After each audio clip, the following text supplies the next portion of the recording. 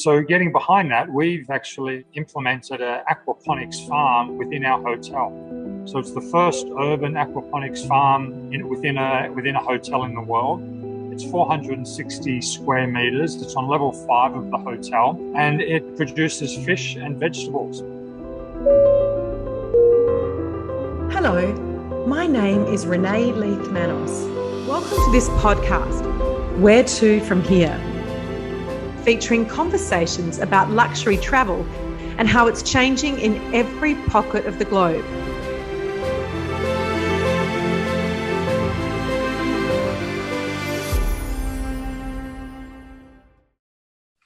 Hello, I'm Marcus Hanna, and I'm sitting in Sky Restaurant on the 70th floor of the Swissotel in Singapore with Renae Leith-Manos on a fantastic podcast about the future of luxury travel. So tell us, how have the recent events affected the 5-star luxury hotel market in Singapore? So look, the pandemic has obviously affected Singapore in a big way. Being a small nation of 5.6 million people, where the majority of our hotels rely on inbound travel, and pre-COVID we had close to 18 million people arriving into Singapore per year, and that dropped pretty much by over 90%. So we've had a significant slowdown in business. Luckily, we've had great support from the Singapore government through a job support scheme, which has kept people employed. Our colleagues have been amazing through this period, and we had 300 colleagues seconded to different businesses last year. And in fact, more than 18 months down the track, we still have 12 colleagues still seconded. And just the flexibility the colleagues have shown has been amazing over this period. There still has been some good stories. We're still doing staycations, and the Singapore market has most certainly helped us get through this pandemic with their support about the staycations that we've had in the market. We feel we're getting light at the end of the tunnel, but we've still got a fair way to go. And tell us, Singapore has a population of some 5 million people, whereas Australia has about 26 million, yet you are a land chock-a-block with fantastic hotels and high-end restaurants, and probably a lot more than here in Australia. Why is that? People simply in Singapore, people love food. Singaporeans, they dine out a lot, and that's been a saving grace for us over this period, where some of our restaurants have actually done better than pre-COVID. So, I think, there's more disposable income for those that are still in a job. They're not traveling, they're looking for experiences, and we've certainly seen an increase. That's all dependent on the numbers that have been allowed to go out, of course. But, if you take Checkin by Kirk Westaway, our 2 Michelin star restaurant, it's doing phenomenally well. It's full pretty much lunch and dinner daily. Where I'm sitting now, Sky up on level 70, it's also doing extremely well. And we even introduced a third meal period, high tea, in the afternoon, which is close to fully booked every Friday and Sunday, and very well patronized during the week. So Singaporeans love food. They love going out. It's been wonderful for us. How do you see the future of Michelin star restaurants, given you've got one in the Fairmont Hotel there? Michelin star restaurants are doing extremely well.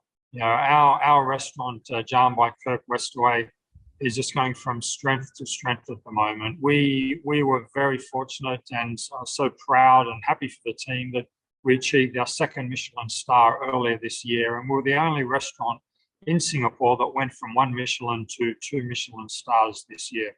Congratulations! So, wow. Thank you. Yeah, look, it's kudos to Kirk and the team, and Glenn and the front of house team. I mean, they've done an exceptional job. Michelin star restaurants in Singapore right now are very, very well patronized. The guests or the people in Singapore, they're looking for those experiences. So they're really looking for something different. And about 3 years ago, Kirk came to us and said, I want to be true to my roots. So Kirk comes from Devon in England, and Checkin previously was a European restaurant with European cuisine. And he said, I want to be true to my roots, and I'd like to look at reinventing British cuisine. And we thought, well, let's give it a go. That sounds amazing. And so he's done that, and he's owned this new concept. We couldn't be happier. It's fabulous. And like I said, it's pretty much full lunch and dinner daily. Well, Singapore really is a global city. Absolutely, it is. And, no matter what type of cuisine you're after, you'll find it here. We're very fortunate, and there's restaurants opening all the time. Still during the pandemic, we're seeing restaurants open. There's such a great dining scene here. So for visitors and for people that live in Singapore, it's just an incredible opportunity to dine out and experience different types of cuisine. No, absolutely. And I'm really intrigued because I myself lived in Kuala Lumpur, Malaysia a long time ago. And the Prime Minister at the time, Mahathir, had a vision for 2020, which is, of course, past now. But I'm so intrigued by the 30-30 vision that Singapore has to have its own nutritional needs met, at least 30% of them by 2030. Can you talk us through what that means for luxury hotels and for you? Singapore currently produces under 10% of its nutritional needs for the country. So it's a real opportunity to look further into what Singapore can do and what more it can produce. Obviously, there's limited land here in Singapore. So the government's looked at it and said, well, we need to have a sustainable source of our own produce that is produced here in Singapore sustainably. So getting behind that, we've actually implemented an aquaponics farm within our hotel. So it's the first urban aquaponics farm within a hotel in the world. It's 460 square meters. It's on level 5 of the hotel, and it produces fish and vegetables. And the beauty of it is the fish and vegetables that come out of this, the vegetables, they're better than organic because there's no pesticides used. If we use any pesticides, we'll kill the fish. So it's about as fresh as you can get. So we can have literally farm to table in 20 minutes. And it's also great for our chefs to be able to go down, do their own harvest, plan what they want to grow as well. And the growth cycle is so quick. From the time we seed to the time we harvest is about 3 weeks for many of the vegetables. So it's quite incredible. Why so quick? Why so quick?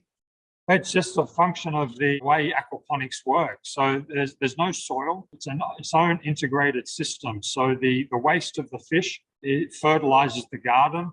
That then cleans that water and it goes back through a filter back into the fish. So it's a completely integrated system. We have LED lights that give another 5 hours of a light per day to assist that growth cycle. And look, it's just amazing produce. The reaction we get from people that firstly go up and experience our farm, and then also those that then taste the produce, is quite incredible. Because when you consider that most of our lettuces or kale or herbs would have come from Australia or Malaysia or somewhere else around the globe, and goodness knows how many weeks old they are.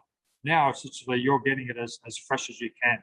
So and is this just for the Michelin star high-end restaurants or high-end food in the hotel, or is this across the board, this produce? This is across the board for all our restaurants, and even our convention centre, we use it there as well. So within Singapore now, you're seeing a lot more hydroponic farming. There's many rooftops in Singapore that are being converted to hydroponics farms. So the government's looking at the land that we have and what can we do with rooftops, etc., to increase the percentage of food made in Singapore. And so that 30-30 plan is by 2030, Singapore wants to be able to produce 30% of its nutritional needs and produce that sustainably. Is it on track? Look, yeah, there's a huge growth spurt of hydroponics farms coming up in Singapore. The Singapore government really supports it with grants for those that invest in that. So absolutely, the one thing about Singapore is once they put their mind to something, they go full steam ahead and do it. And, literally here when I'm looking out here at Sky, many of these buildings that I'm looking out at here, they used to be sea, they're now on sea. And that wasn't so long ago. So it's easy to forget that. It's easy to forget that. If there's one country that can do it, it's Singapore. 100%. And tell me, why did you choose to go there? I mean, before you went to Singapore, you'd worked in all parts of the world, sort of Europe, America and Australia. Why did you choose to go there? My family and I, we've been back in Australia for 11 years. Well, my wife and I had, and then we had 2 children in Australia. And look, the opportunity came up in Singapore and we still had the travel bug. So when the opportunity came up, we thought, you know what, Singapore, it's got amazing schools, great healthcare, it's safe. So it's great family life. and then we get a taste of Asia, and also the destinations you get to travel here Oh. from here is incredible. And Changi Airport's so efficient, so the time it takes spent at airports is less. So we just thought, what an amazing opportunity to give it a go. So we came to Singapore with the vision that we'd be here for 2 years, and then we'd go home. And 6 years later, we're still here. We're not sure when we'll get home just yet, but our boys are now 10 and 8, and they love it here. And so we miss home all the time, but we also are very fortunate for the opportunity that we have living here. And our boys, they're also learning Mandarin at school, and so it's going to help them to be very worldly kids as well. And for Absolutely. us, And when you get to travel, do you travel in luxury, and where do you like to go? that's a great question. I mean, look, many people I know, many friends, they tend to want to go back to the same place. It's familiar for them. They might have their own holiday house or the hotel of choice that they go to. For us, we like to keep it varied. Where in many ways, my wife says I'm a creature of habit, but when it comes to travel, very much not a creature of habit. We like to try a different destination each time we go. So, sometimes that will be luxury, and we've been fortunate to stay in some beautiful hotels around the world. One of my most amazing experiences was staying at the Chateau de Siron in Epinay in France, which is the Marat and Chandon house. Oh. Wow, that's been incredible. I've had lunch there. I wasn't invited to stay. It's a tiered system, isn't it? Depending on how VIP you are. And I did get to have lunch, but I haven't been offered to stay there yet. How was it? It's amazing. Just every detail in the room. And then you come down, the maitre d' de maison greets you on arrival and tells you that dinner is served at 7. And so you come down for dinner, and there's 2 huge mahogany doors open to this big table with huge candelabras, and you sit down and have this 4-course meal with obviously a different champagne with each meal. And then the highlight is that with the main meal, they served the Dom Perignon still wine. Wow. Which was incredible. The only place they served it at the time was at Chateau de Siron. So look, that was incredible. But also, we don't mind luxury. It's not all about luxury for us. Our last trip actually was back to Australia just before borders closed in February last year, and we went to Perth and then to Rottnest Island. And there's nothing luxury about Rottnest and those cabins. There's nothing luxury about them, but what an experience. I mean, for the kids, for us, very basic accommodation, but what an amazing island where there's no cars, you just ride your bikes into the different beaches around the island. You got the local bakery, the one pub. Experiences like that were just phenomenal. I just can't believe it took me so long to get to such a place. Yeah, well, especially when you live in Singapore, I think the juxtaposition is quite extreme in a good way. Yeah, absolutely. And also, you got to keep your kids grounded. Growing up within a 5-star hotel environment, thankfully we don't live in, and it's something I've never really wanted to do. But you've got to keep them grounded and make sure that they understand that, life is not all about luxury and luxury hotels. And so it's a bit of a fantasy land, isn't it? 5-star hotels. Look, it can be, and so that's why it's important. My wife loves camping, so we did go glamping in Thailand, which was an amazing experience. So yeah, look, you got to keep it real as well. So what way back in the day, what attracted you to working in 5-star luxury hotels? My parents used to take us up to the Gold Coast for summer holidays. I'm from Sydney. And so each summer holiday would go up to the Gold Coast. And I used to just love sitting in a hotel lobby. And as a kid, as a teenager, and I'd just sit down and I'd watch. I'd watch people coming and going into the restaurant, checking in, checking out, going to events. And I was just amazed about how do they make all this work? There must be so many different departments and intricacies that make all this come together. And so I was really fascinated by that. And so when I left school, I studied hospitality management, and my first job pre-hotels was a chef at McDonald's. And my first hotel job was a waiter, a banquet waiter at the Regent Sydney, which is now the Four Seasons. And then I just grew from there in my hotel industry while I was still venturing a rowing career, a sporting career in rowing for many years. But for hotels, they just have an energy.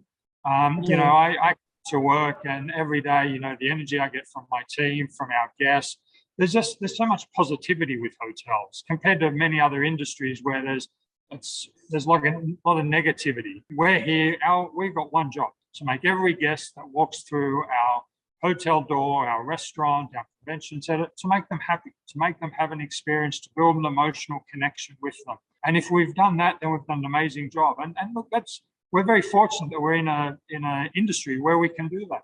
Absolutely. Totally agree. And talk me through the two hotels that you oversee at the moment there in Singapore. The Fairmont Singapore and the Swissotel, the Stanford. We're on top of Raffles City. So Raffles City is a big luxury mall here in Singapore, and it's right on top of the City Hall MRT station. So we're pretty much bang smack in the heart of things here in Singapore. Fairmont Singapore's got 778 rooms. It's a big hotel. It's got a great executive lounge, some fabulous restaurants, and then we've got the convention centre that links both hotels. In between, we've got 110,000 square foot convention centre. It's the biggest, isn't it, in Singapore?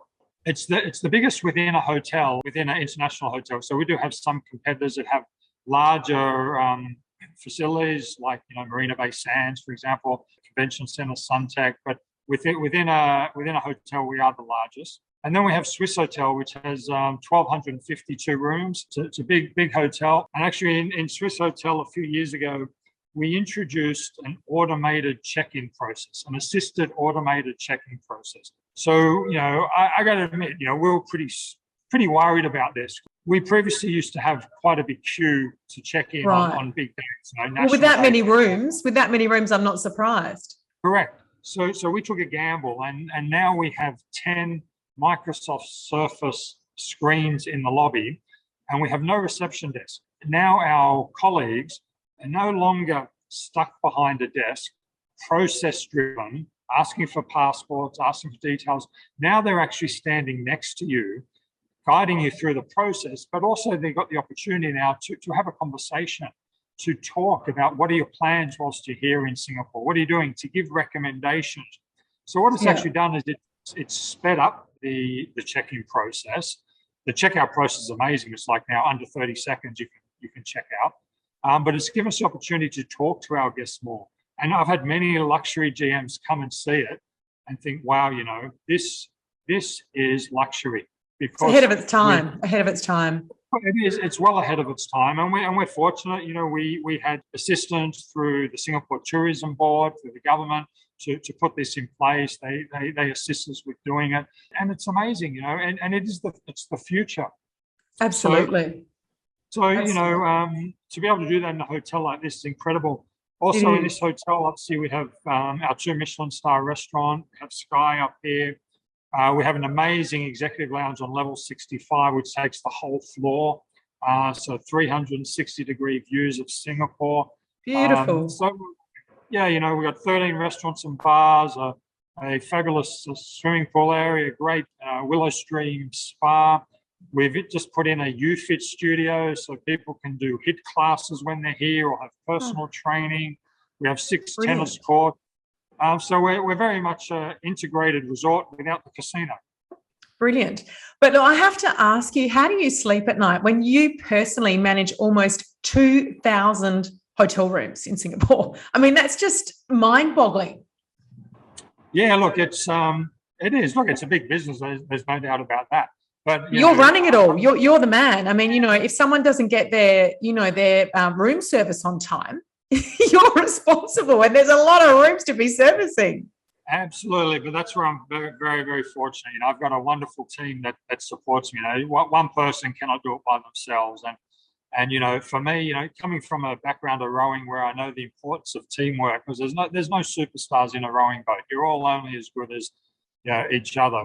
And so, you know, and I've brought that into my working life. And so I'm surrounded by great professionals, a wonderful team that work really closely together. And, you know, they're just the camaraderie we have. You know, we introduced a training session a few years ago called Kenla. And basically that was introduced. So, you know, you're empowered to say to the guest, yes, even if you don't know the solution, find it, escalate it, but do not say no. And our team embrace things like that. So I sleep very well at night because I sleep well because I know of the amazing team that I work with, and that's seen through the guest feedback we get from our regular guests, from new guests. Just I got this amazing feedback from a wedding reception that was had last Saturday. And it just said, out of all the hotels we've had a wedding at, your wedding venue, which was at Sky, in our Sky Suites, was far superior than anything else we've been. And they highlighted 4 of the colleagues that have really assisted them throughout that journey. And it's just things like that really make you, really want to wake up in the morning and get to work and continuously improve. Oh, 100%. And look, I can't help but think, with this incredible life that you and many of our guests on the show that we interview have in terms of living all over the world in these incredible locations within these 5-star hotels, where does a GM of a luxury 5-star hotel retire to? So I'm not sure if you're asking that question because you think I'm about to retire. No. It's just like, where do you, or you just do you not retire? No, I've still got a few years in me yet. Of course, you're really young, but I think it depends on the individual circumstance. For us, we'll be back in Australia. We've got a house in Sydney, and more than likely we'll be there. But I've got many colleagues that have retired that are obviously a lot older than me. That some of them are in the south of France, some of them have gone to Thailand, to places like Phuket, some are on the Gold Coast in Australia. I think it really depends on your personal situation. For us, family is important, and we've spent a lot of time away from family in our overseas journey and now, and so it'll be time to spend that time at home and reconnecting and staying close to family when we retire. So for us, more than likely Sydney. My wife's family is in Bendigo, so maybe Melbourne also. I don't know, but if I have my way, it'll be Sydney.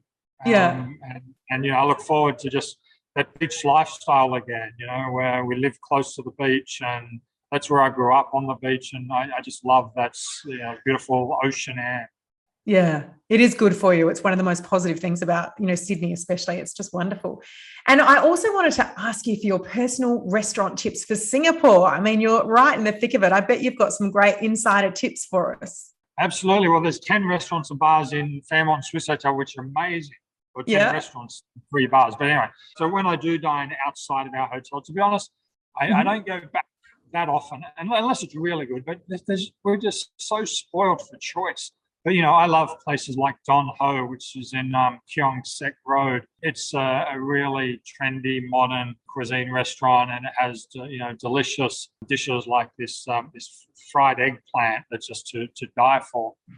So I love going to a place like that. Meat Smith in Little India. So amazing dishes that are done with an Indian influence. We've got a little Spanish place near where we live called My Little Spanish Place, and it does great tapas and things. I love that. And then we've got a local hawker centre not far from us, the Adam Food Centre, and my kids love chicken rice. I enjoy it. Things like carrot cake, and there's no carrot in carrot cake for those that are watching and may not know what carrot cake Singapore style is. But, it's a dish with turnips and some egg and just great. And so we love going down there and having some real local and great positive cuisine. But, look, we're so spoiled for choice here. We're very fortunate. Another favourite of mine is the Pitta Bakery. So my father's Egyptian. My mum was born in Sydney, but Lebanese heritage. And this Pitta Bakery makes the most amazing pita bread. The hummus is phenomenal. Oh. It's only second best to my wife's. Its falafel is really good. So you can go there, you can eat in, you can take it away. That is down at Arab Street in the Arab Quarter. It's really good too. So just there, I mentioned Spanish. Obviously local. There's just so many different cuisines that we're spoiled. Absolutely. The only one complaint I get from my readers of my website when I review Singapore restaurants is, why is the wine so expensive? But of course, I don't think that's going to change, because that's about tax. Yeah, look, it's part of it is about tax. This is very true. Yeah, it's not all about tax. I'm not sure whether I should go there or not. Okay.